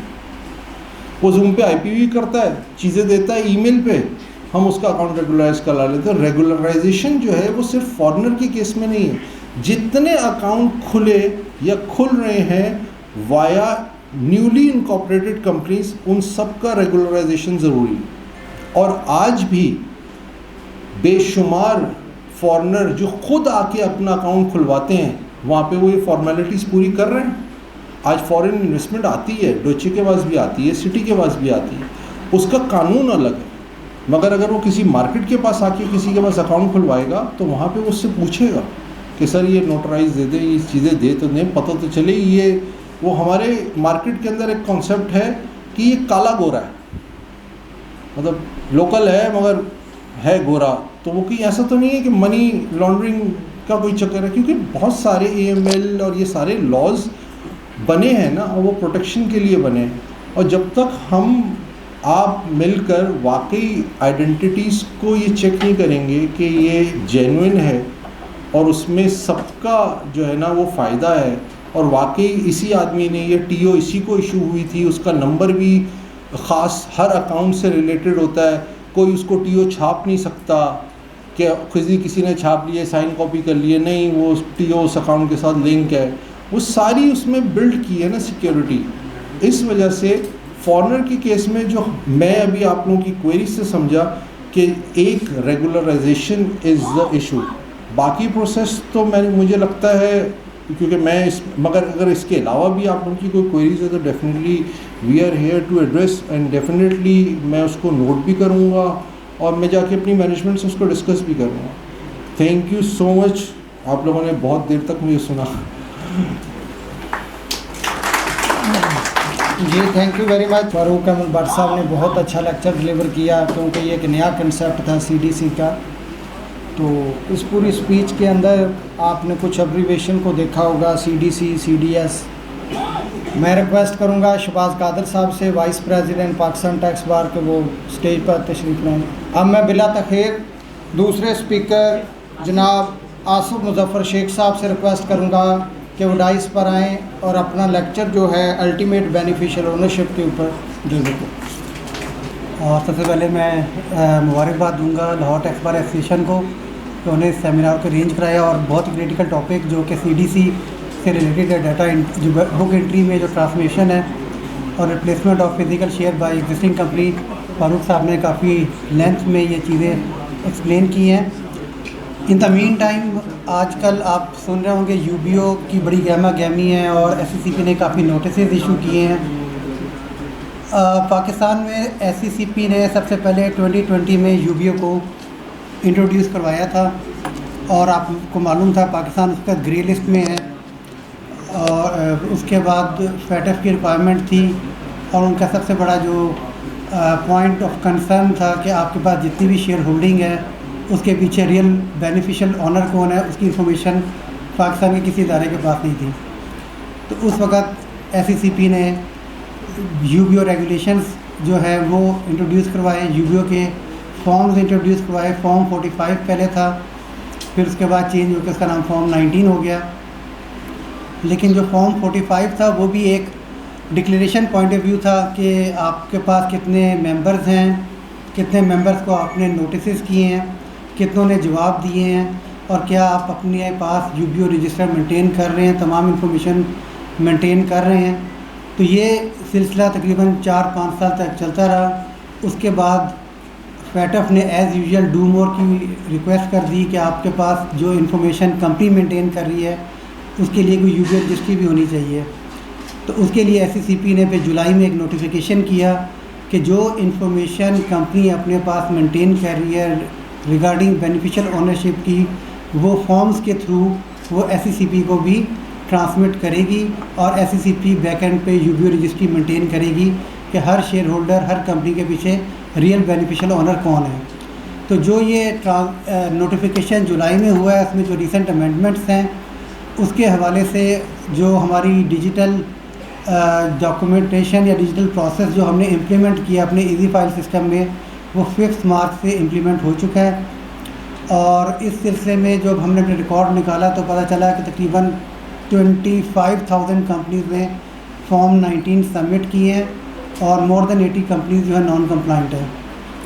उस सिलसिले में फिर हम लोगों ने आपको, शायद आपके क्लाइंट्स को भी ईमेल्स आई होंगी और तमाम कंपनीज़ को ईमेल्स की गई हैं कि जिन्होंने अभी तक 2025 का फॉर्म 19 सबमिट नहीं किया, वो नए फॉर्मेट में इजी फाइल सिस्टम में आकर अपनी UBO की डिटेल्स को सबमिट करें। तो इसी सिलसिले में SCCP ने ये मुनासिब समझा कि आप मुख्तलिफ फोरम पे जाकर लोगों को थोड़ी सी अवेयरनेस दें कि ये नया सिस्टम क्या है, क्या इन्फॉर्मेशन प्रोवाइड करनी है। और चूँकि हम उधर बैठे हुए हैं, हमें मालूम है कि बहुत सारे लोगों को अभी तक चीज़ें क्लियर भी नहीं हो रही थी। तो इस सिलसिले में हमने रिक्वेस्ट की लाहौर टैक्स बार एसोसिएशन से, उन्होंने बड़ी ग्रेशियसली हमें अलाउ किया कि आप एज़ यूजुअल उन्होंने प्रेजेंटेशन के लिए हमें मौका दिया। तो इस सिलसिले में जो मेजर जो रिसेंट चेंजेस हैं UBO के बारे में, उसको थोड़ा सा मैं एक्सप्लेन करूँगा।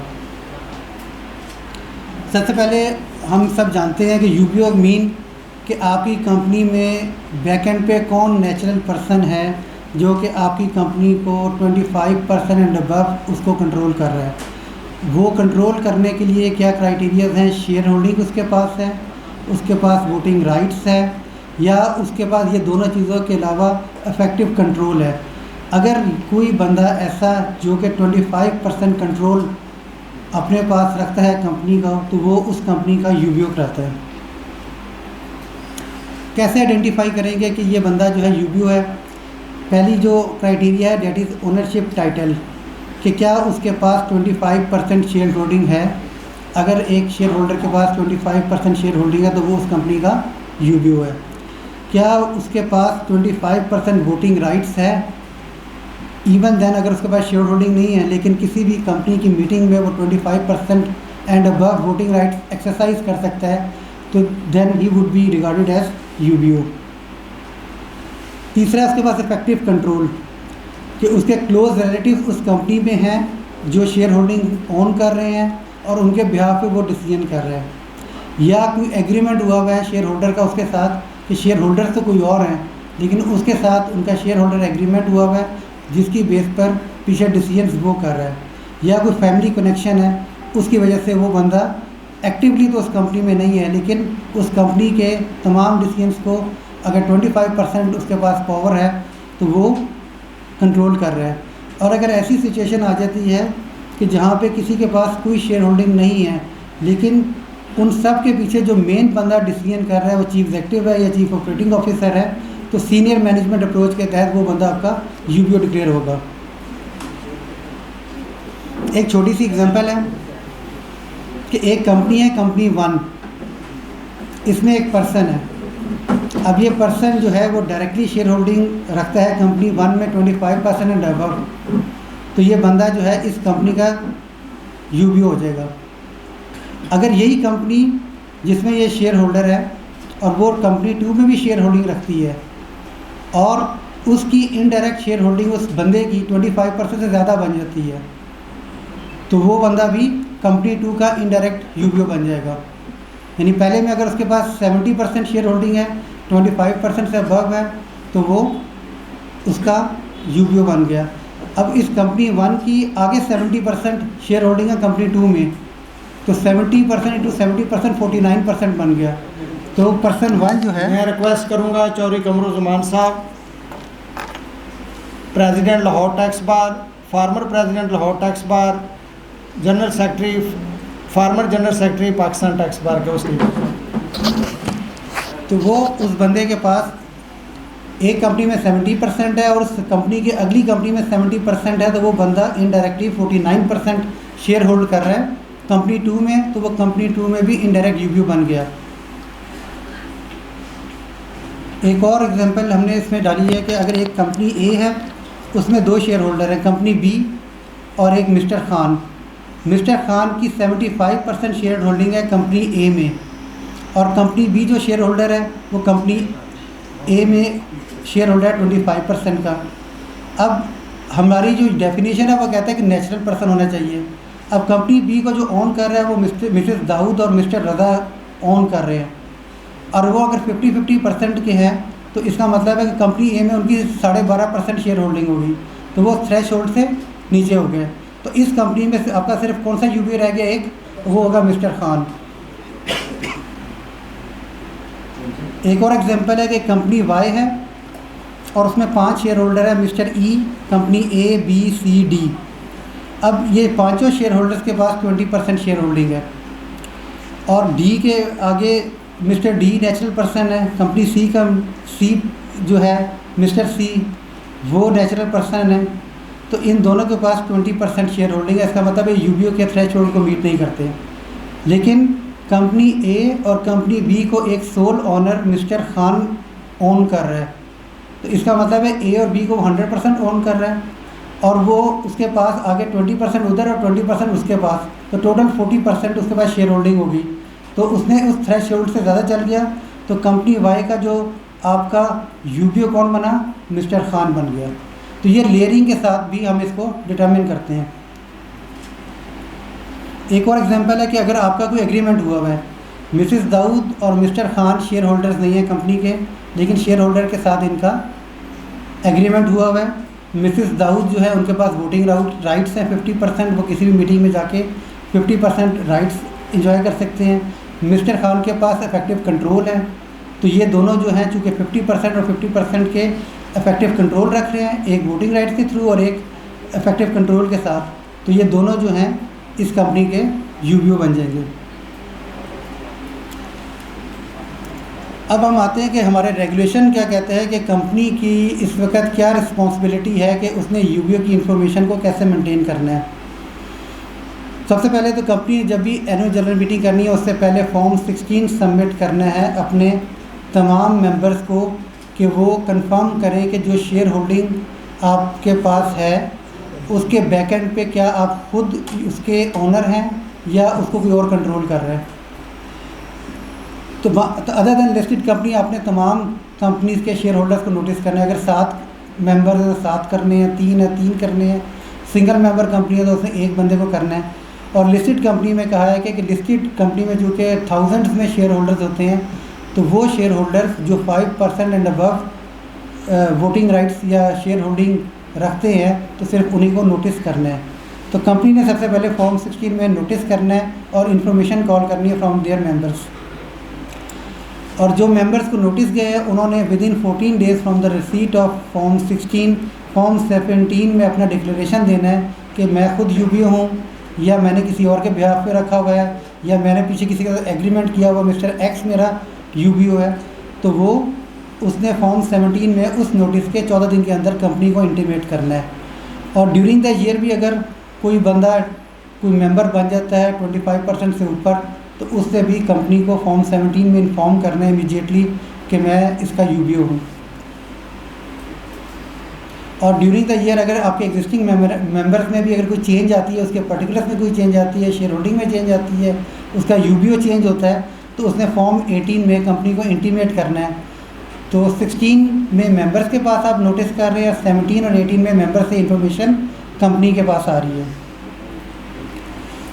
जब कंपनी के पास तमाम इन्फॉर्मेशन अवेलेबल हो जाती है, आ जाती है तमाम इन्फॉर्मेशन, तो कंपनी की रिस्पॉन्सिबिलिटी है कि उसने रजिस्टर ऑफ यूबीओ मेंटेन करना है और उसमें तमाम इन्फॉर्मेशन रखनी है कि वो कौन शेयर होल्डर है, उसका यूबीओ कौन है, उसके father spouse name, CNIC, date of birth, gender, country of origin अगर वो बाहर कोई फॉरेनर है उसके अंदर, उसका एड्रेस, ईमेल एड्रेस, कब उसने कंपनी में वो शेयर होल्डिंग एक्वायर की थी, कब वो यूबीओ बना था, किससे उसने पुराने यूबीओ से उसने वो शेयर परचेज़ किए थे। तो ये तमाम इन्फॉर्मेशन कंपनी ने अपने पास मेंटेन करनी है। जब कंपनी के पास तमाम इन्फॉर्मेशन आ जाएगी तो कंपनी के पास अब रिपोर्टिंग है कि उसने रजिस्ट्रार को रिपोर्ट करना है।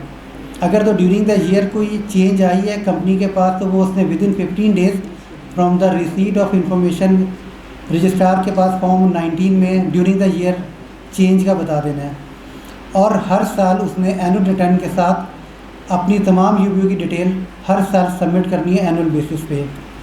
लेकिन जिन कंपनियों ने एनुअल रिटर्न फाइल नहीं करनी, उनके लिए टाइम पीरियड दे दिया गया है कि वो कैलेंडर ईयर के ख़त्म होने के 30 दिन के अंदर अंदर फॉर्म 19 सबमिट करेंगे।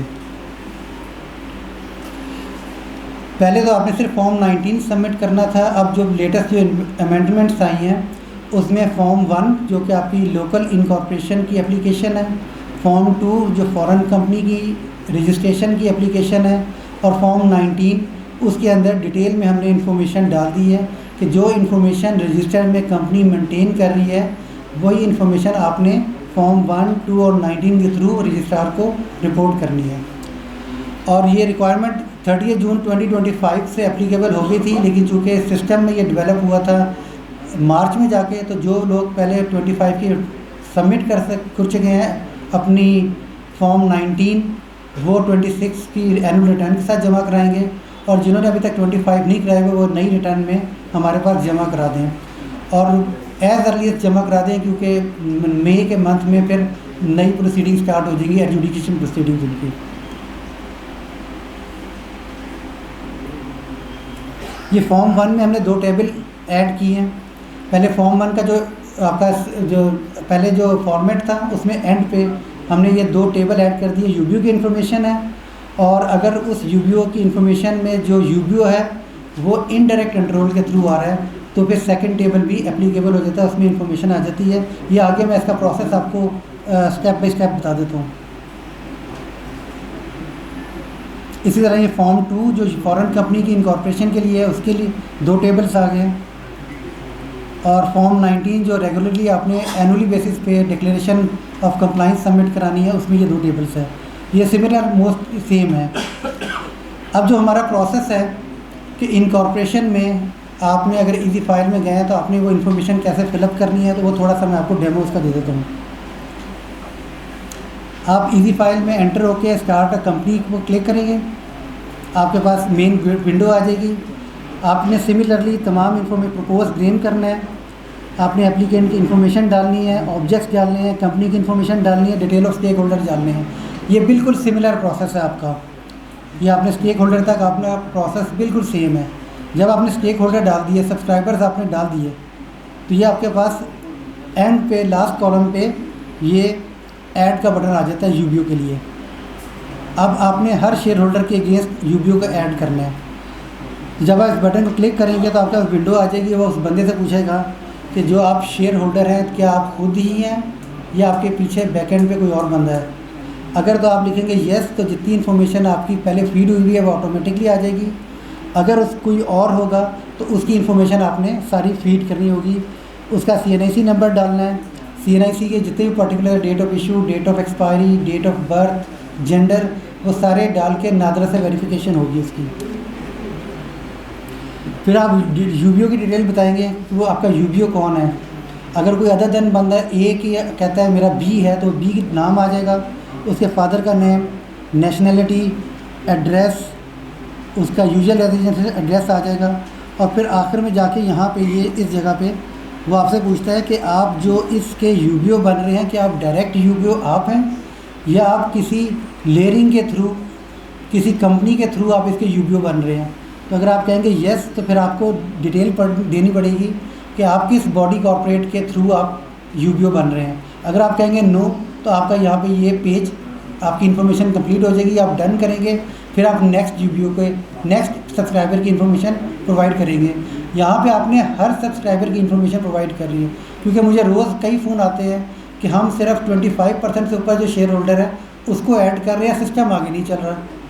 तो यहाँ पे जो पॉइंट है वो ये कि आपने तमाम सब्सक्राइबर्स के अगेंस्ट यूबीओ डिटरमिन करने हैं। जब तमाम के अगेंस्ट आप इन्फॉर्मेशन प्रोवाइड कर देंगे तो आपका सिस्टम डन का बटन भी इनेबल हो जाएगा और सिस्टम भी प्रोसीड करेगा। अगर आपने कहा कि यहाँ पे इनडायरेक्ट शेयर होल्डिंग है तो आप इस बटन को क्लिक करेंगे, वो आपसे पूछेगा कि जिस कंपनी के थ्रू आप यूबीओ बन रहे हैं क्या वो SECP में रजिस्टर्ड है। अगर आप कहेंगे येस तो इसमें तमाम डाटा उठ के आ जाएगा कंपनी का जो हमारे रिकॉर्ड में है। अगर आप कहेंगे नहीं तो फिर आप इसमें इंफॉर्मेशन प्रोवाइड करेंगे, वो कंपनी कहाँ पे रजिस्टर है, क्या नाम है, और उसकी तमाम पर्टिकुलर्स उसके आपको डालने पड़ेंगे। उसका एड्रेस आ जाएगा और फिर बताएगा कि आपका वो जो बंदा इसको ऑन कर रहा है, यहाँ पे उस बंदे का नाम बताना है। यहाँ पे जो सबसे बड़ी जो प्रॉब्लम एक जो आ रही है लोगों को, वो यूबीओ पर कुछ और बताते हैं, ए का यूबीओ बताया बी और यहाँ पे सी लिख देते हैं। वो सिस्टम जब उसको मैच करता है तो सिस्टम रोक देता है, वो कहते हैं डन का बटन नहीं आ रहा। तो यहाँ पे जो आपने बटन बंदे का नाम लिखा हुआ है वो मैच करना है आपके यूबीओ के साथ जो आपने ऊपर दिया है। तो ये जब मैच हो जाएगा तो वो आपका सिस्टम जो है थ्रू हो जाएगा। ये तो आपका जो इनकॉर्पोरेशन का प्रोसेस में सिर्फ इतनी सी ये चेंज आई है यूबीओ की, और ये आपने फिल अप करके आपने सबमिट करना है, बाकी प्रोसेस आपका बिल्कुल सिमिलर है। इसी तरह जो फॉर्म 19 है, फॉर्म 19 में आप सबसे पहले एनुअल फाइलिंग में जाएंगे। एनुअल फाइलिंग में आपके राइट कॉर्नर पे जो आखिरी ऑप्शन होती है यूबीओ डिक्लेरेशन की, इसमें आपने ख्याल करना है कि आपने किस साल का जमा कराना है। अभी आप लोग 25 का जब जमा करा रहे हैं, जैसे सब लोगों को ईमेल गई है 25 की जमा करवाएं, तो आपका फाइनेंशियल ईयर 24-25 है, ना कि 25-26। अब लोग जो हैं वो 25-26 कर देंगे और अगले साल जब आएंगे कहेंगे उनके पास ऑप्शन ही अवेलेबल नहीं है। तो इस चीज़ का बहुत ख्याल करना है कि आप किस फाइनेंशियल ईयर का जमा करा रहे हैं।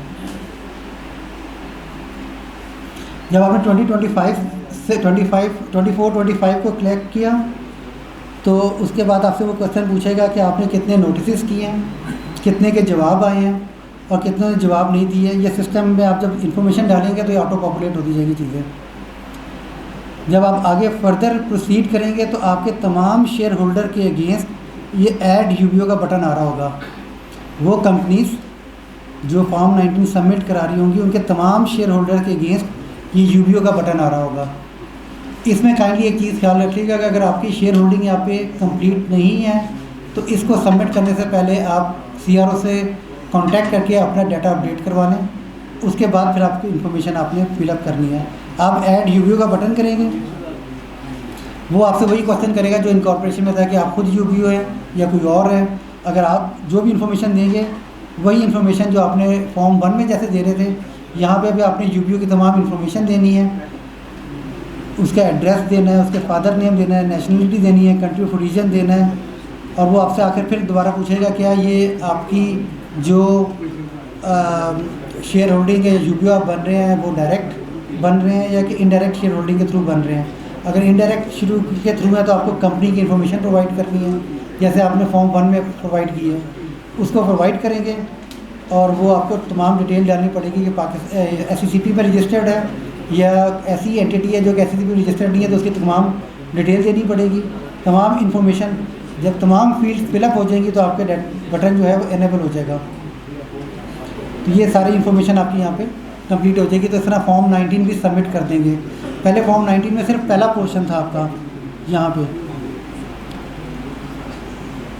ये वाला कि आपने कितने नोटिस किए हैं, कितने नोटिस आए हैं, लेकिन उसके बाद ये सारी चीज़ अब नेट ऐड हो गई है कि जब तक आप कंप्लीट नहीं करेंगे आपका प्रोसेस सबमिट नहीं होगा। इसके अलावा कुछ थोड़ी सी इन्फॉर्मेशन चेंजेस हमने किए हैं फॉर्म A में एनुअल रिटर्न में। एक तो इसमें फ़िज़िकल एड्रेस एक ऑप्शनल फील्ड डाली गई है कि बहुत सारे लोग जो होते हैं उनका एड्रेस कहीं और। जी मैं रिक्वेस्ट करूंगा तनवीर शहजाद चौधरी साहब SA2 president Pakistan tax bar association को वो स्टेज पर तशरीफ़ लाएं।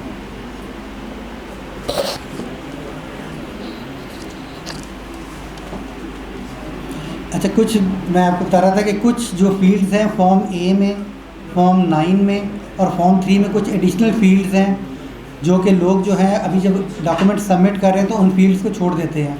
तो इन फील्ड्स को भी आप लोगों ने फिलअप करना है। एक तो फिज़िकल एड्रेस है, अगर लोगों का address register office address factory का होता है, उनका हेड ऑफिस कहीं और होता है, तो उनको कॉरस्पॉन्डेंस में बड़ा इशू आ रहा है। तो हेड ऑफिस की एक ऑप्शनल फील्ड दे दी है, अगर कोई कंपनी ये इन्फॉर्मेशन प्रोवाइड करना चाहे तो प्रोवाइड कर सकती है। फिर एक आइटम फाइनेंशियल इन्फॉर्मेशन का डाल दिया है। पहले सिर्फ 2 आइटम थे आपके पास के एनुअल टर्नओवर और नंबर ऑफ़ एम्प्लॉइज़। अब इसमें एनुअल टर्नओवर भी आ गया है, number of male employees, number of female employees और टोटल एम्प्लॉइज़, इसकी इन्फॉर्मेशन देनी है। फिर आपने बताना है कि आप एज़ पर थर्ड स्केड्यूल आप पब्लिक इंटरेस्ट कंपनी है, आप पब्लिक सेक्टर कंपनी है, आप लार्ज साइज़ कंपनी है, मीडियम साइज़ कंपनी है।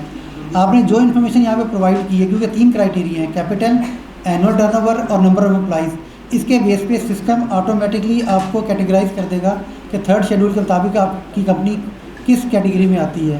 तो वो जब आप ये बटन ऐड क्लिक करेंगे वो ऑटोमेटिकली वैलिडेट करके आपकी कैटेगरी, जैसे इसने यहाँ पे आपको कंपनी क्लासिफाइड एज बना दी, उसको आपको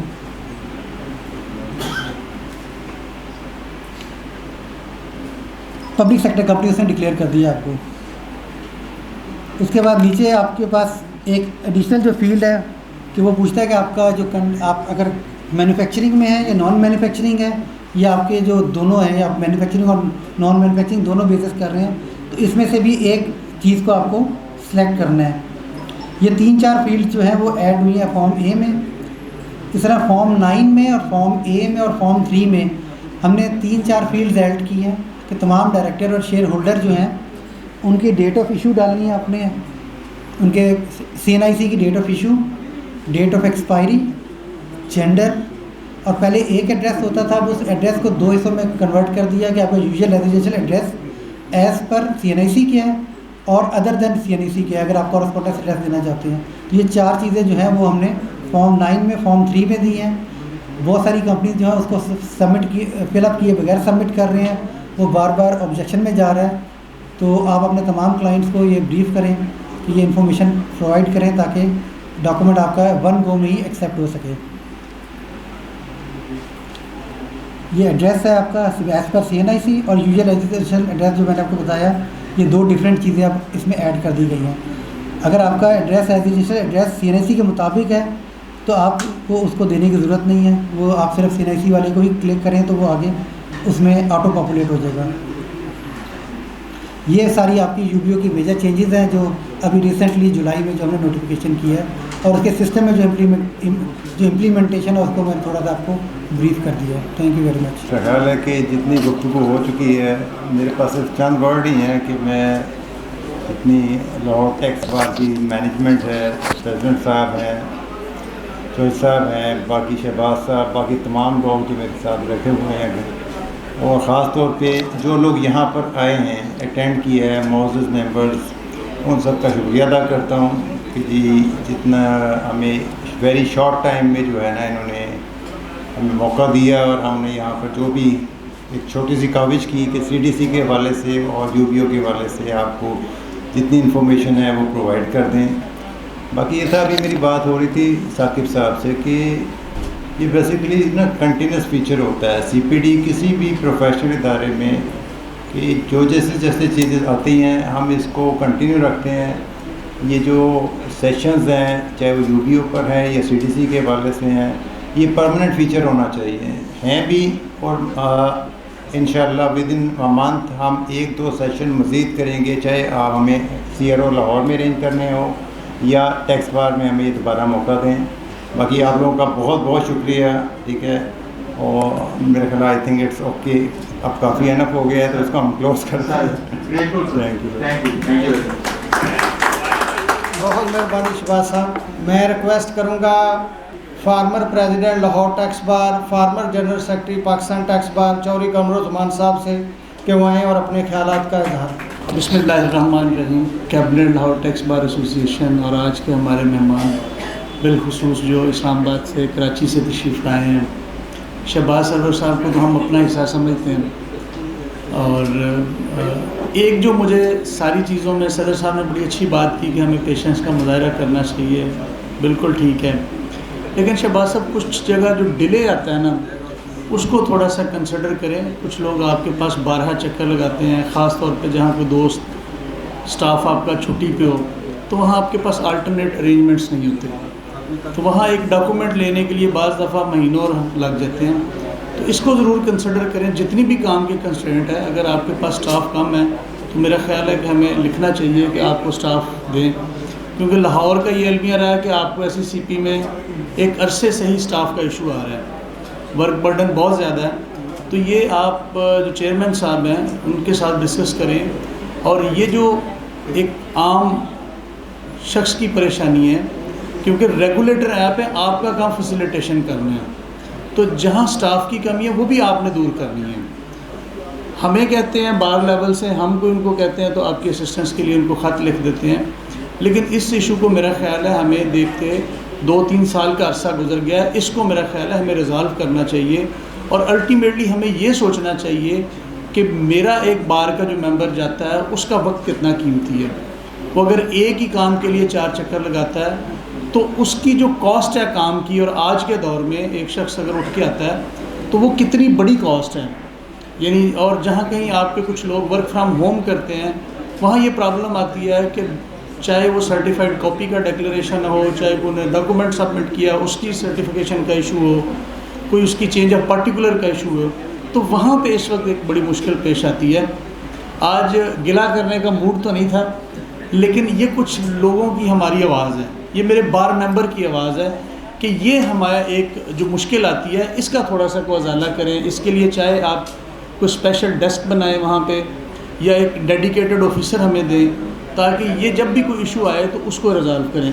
हम नहीं चाहते कि हम हर बात पे आपको फ़ोन कॉल करें, आपको तंग करें, आपके जो बाकी रजिस्ट्रार हैं, डिप्टी रजिस्ट्रार या असिस्टेंट, हम उनको बार बार कहें। और कोशिश ये हमारी होती है कि अगर इशू रिजॉल्व नहीं होता फिर हम तंग करते हैं, इसको ज़रूर कंसिडर करें।